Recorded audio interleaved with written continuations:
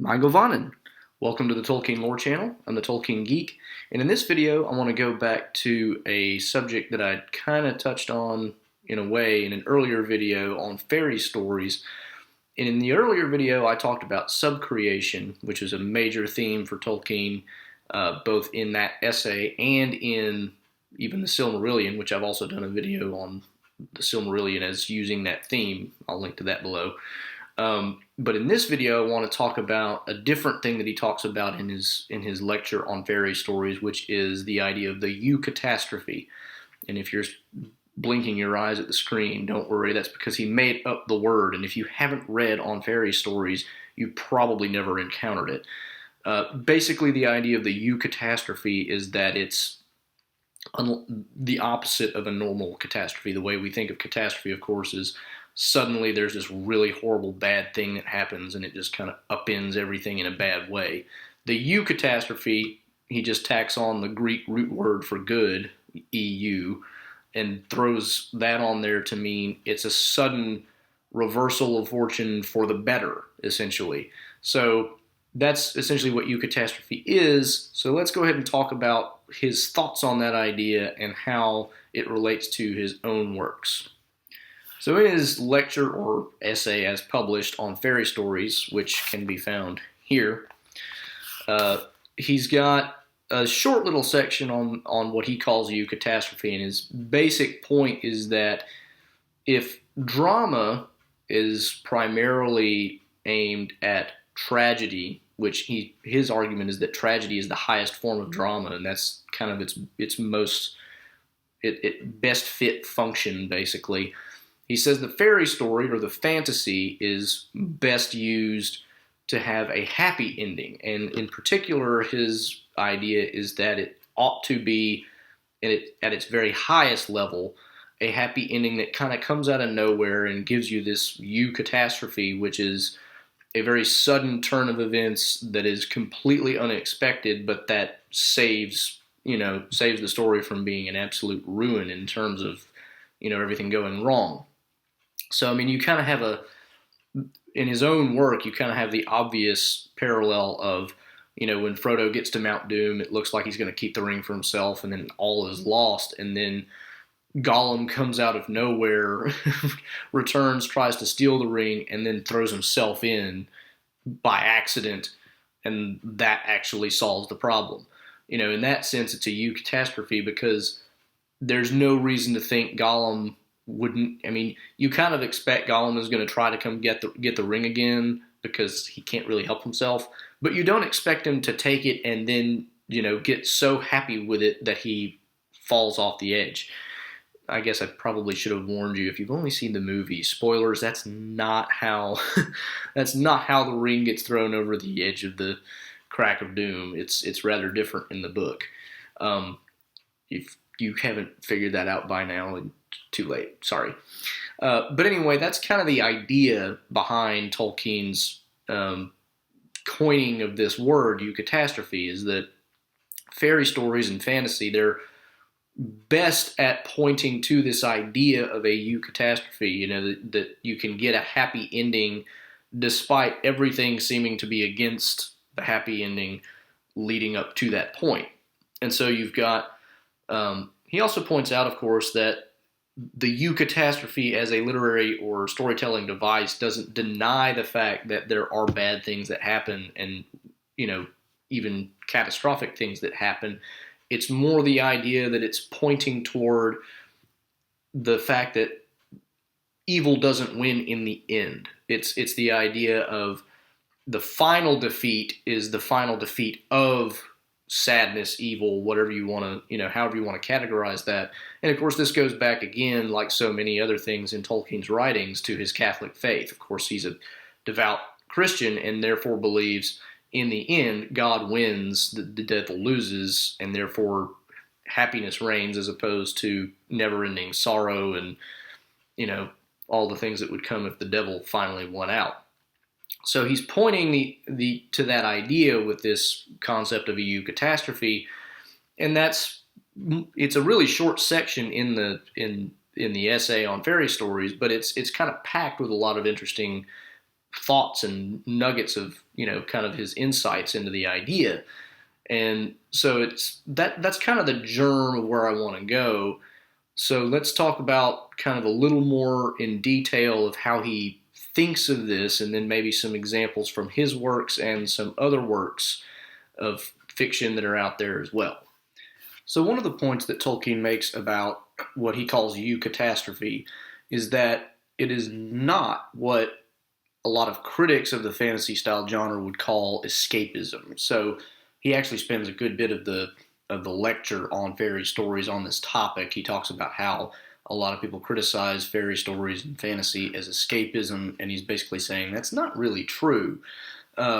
He also makes the point at an earlier stage in the essay, even if it was escapism, can you really blame a man who feels like he's imprisoned for wanting to escape? Basically, he's making the point that it kind of all ties together, that fantasy kind of points us to a higher truth that we're kind of missing in our day-to-day life. And so we're not getting that in our day-to-day life, so it makes sense that we got to find it somewhere. So in that sense, even if it is escapism, what's wrong with that? But the broader point is he's saying that the Eucatastrophe in a story is not escapism. He says in its own setting, it is, properly speaking, a miraculous providential type of event. And so, of course, the classic example of this in his own work is Gollum taking the ring. I mean, he explains in some of his letters that if Frodo never could have actually thrown the ring in. The ring was too powerful of an object with too much of a hold on him, or too much of a hold on pretty much anybody who could have made it that far, for him to actually throw it in. And so it was basically Providence stepping in at that point that caused Gollum to actually retake the ring and then kind of fall over on his own. So the whole idea there is that within the fantasy world setting of the Lord of the Rings, Gollum doing what he did is not just a happenstance. It's not just, oh, we get a happy ending because. It's, if you really take everything into account, it's a providential, stepping into the situation to solve the problem. Similarly with the Eagles, of course. The Eagles, and I've done a video on this before, I guess I'll link to that in the description below too. The Eagles are a providential type of thing. I mean, they are almost literally deus ex machina, in the sense that they are servants of Manwë, the chief of the Valar, and so they kind of do his bidding. They don't answer to anybody in Middle Earth per se, but they do answer to Manwë, and so they do tend to show up kind of at the last minute where everything looks dire. And so at the battle before the Black Gate, where Aragorn and his forces look like they're just completely surrounded, about to be slaughtered, Pippin, right before he kind of blacks out after being smothered by a troll, sees or hears somebody saying that the eagles are coming. And similarly in The Hobbit, of course, the Bilbo observes that the battle is not going very well at the Battle of the Five Armies, before it was actually the Battle of the Five Armies. And then the eagles are coming, and he says the eagles are coming. He promptly gets knocked out by getting hit in the head.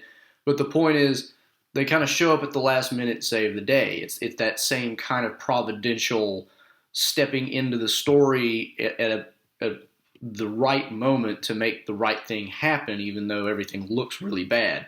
And that's Tolkien's point. The Eucatastrophe is basically, it's something that's unexpected, but that it's not just a pure luck event. Because, I mean, when you start dealing with pure luck at that level of significance, it almost begs the question of, well, was it really just luck at all? So, I mean, and I think that there's some value to that, whether or not you buy into a theistic worldview where there's, a providential God that can actually step into the situation. You do have to kind of wonder sometimes in movies and stories where things just happen by dumb luck and everything turns out well just because of that. So I think Tolkien is right, at least in the literary sense, that from a storytelling perspective, it makes much more sense for a Eucatastrophe to be a providential event rather than merely a lucky escapism. So that kind of fleshes out some of what he thinks about the Eucatastrophe. Now let's take a look at some examples from both his stories and some other stories and some counter examples as well that I'd like to talk about. So incidentally, some of the examples I'm going to talk about are fairly recent, so I'll give spoiler warnings in the next section as I get to them. So, of course, I've already mentioned some of the examples from Tolkien's own stories that fit this Eucatastrophe type of event. The Lord of the Rings, of course, you have Gollum taking the ring and then falling over the edge into the fire of Mount Doom. You've got the eagles showing up at the end of The Hobbit and at the Black Gate, the Battle of the Black Gate in the Lord of the Rings. But you can also see some similar aspects to this in the Silmarillion and some of the other things that he wrote as well. So in the story of Beren and Luthien, this really isn't a providential stepping in, but it thematically kind of works. In the story of Beren and Luthien, which if you haven't read, spoilers, I'm about to spoil some of the story, Beren's entire quest is to retrieve a Silmaril from Morgoth so that he can win the hand of Arwen, who is the daughter of Thingol, the king of the elves of Doriath. And so he ends up retrieving one of the Silmarils with the help of Luthien, and at that point he ends up, of course, also essentially getting most of Morgoth's army on his tail, because of course when Morgoth realizes what happens, he isn't really happy about it. And he also has Morgoth at this point had bred the greatest of all werewolves that would ever live, basically because one of Beren's companions is a dog named Huon that is prophesied to basically not be defeatable except by the greatest wolf that ever lived. So Morgoth did this basically intentionally on the hoping that he would be able to kill this dog. So he bred it, and as Beren is escaping, the wolf is chasing him, and at some point they end up meeting, close enough, and Beren holds the Silmaril up, trying to kind of ward off the wolf because he has no other weapon, and the Silmaril is a holy object that burns basically the flesh of anything evil. So he's basically holding it up, kind of like Frodo does with the Phial of Galadriel and with Shelob. It's the same idea. The wolf, of course, just takes his hand off. It literally just bites his hand and swallows the Silmaril. Now, it does burn him, and then he just kind of goes crazy.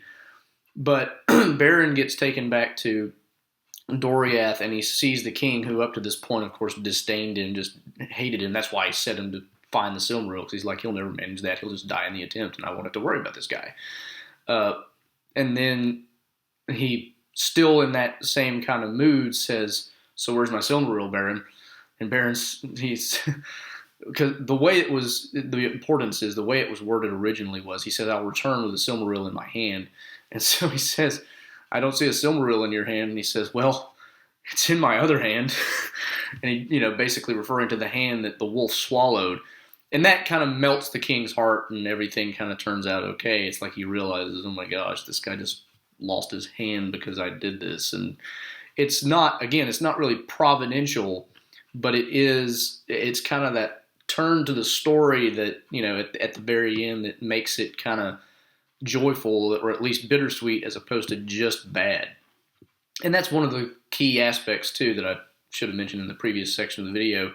The whole point of the Eucatastrophe from Tolkien's point of view is to get a glimpse of that really pure joy that, in his view at least, comes from, the kind of providential way that things are going to end in our own world. It's kind of a preview of what it's going to be like when everything is made right, essentially. But it's never the end of the story, because from his own point of view, fairy stories never really end, and that you get a hint of that in relation to Beren's story, in fact, in The Lord of the Rings, where Sam points out to Frodo, we're still in the same story with Beren and Luthien, because that Silmaril that Beren got ended up being handed down to Eärendil, who became a star, whose light ended up in the Phial of Galadriel, and here we are. We are still in the same story. So, I mean, even though these things happen at kind of climactic moments, Tolkien is basically saying these are never the end of the story, because there is no end to story in fairyland. But anyway, that's a different topic.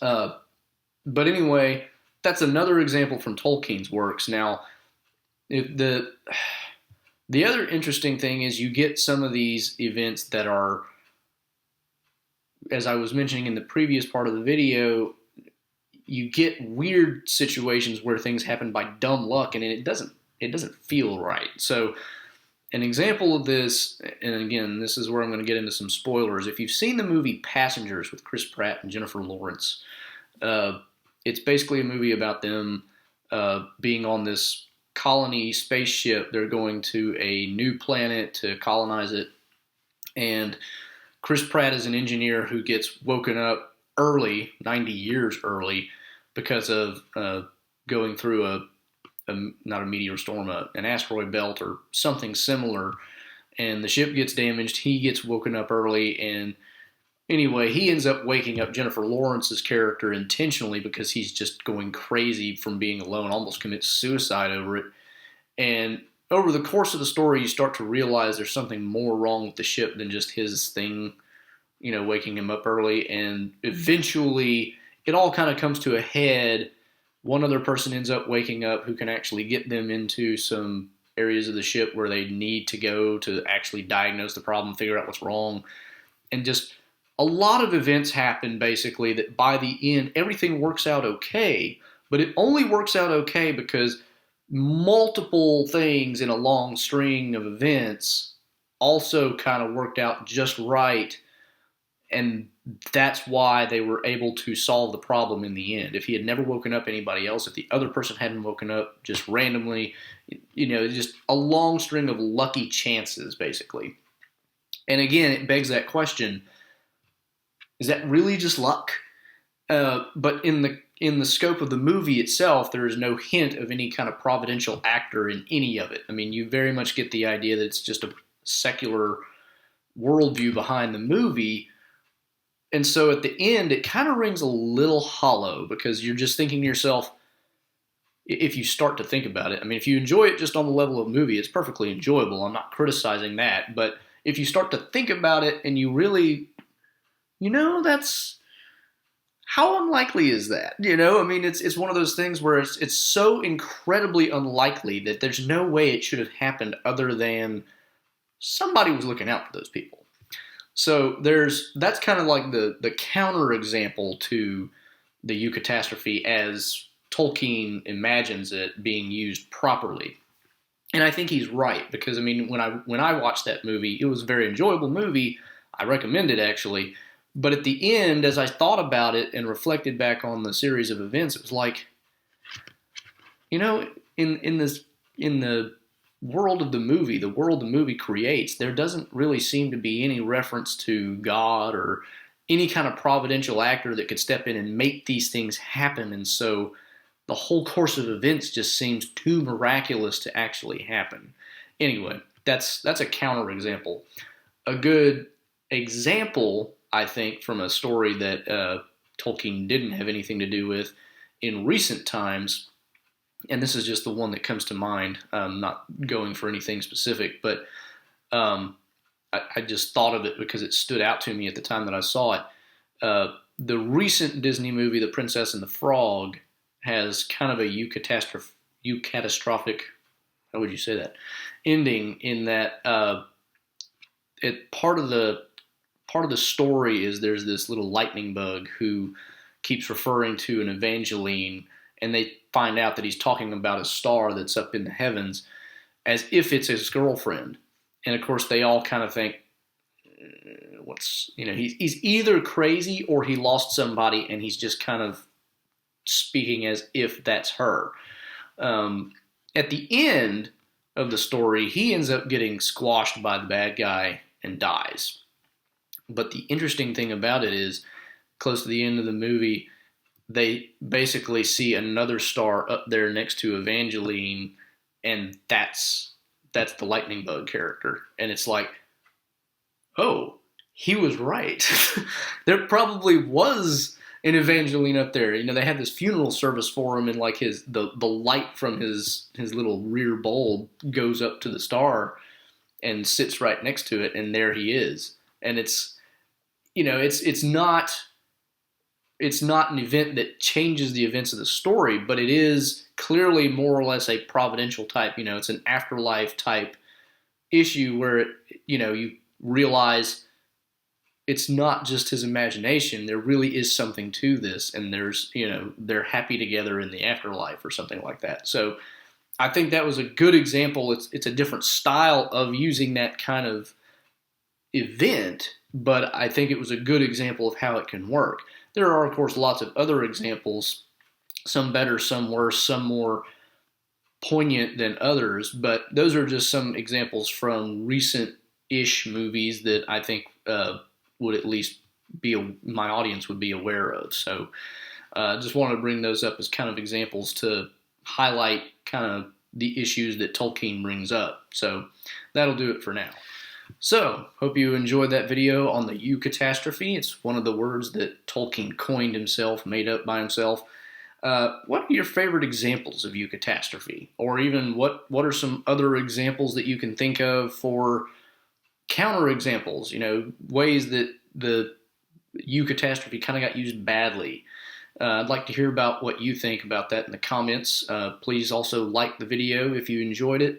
If you want to learn more about Tolkien and the worlds he created and his other writings, then subscribe to the channel, and you can also follow me on Twitter at JRRTLore. Until next time, I'm the Tolkien Geek signing out for the Tolkien Lore channel. Namarie.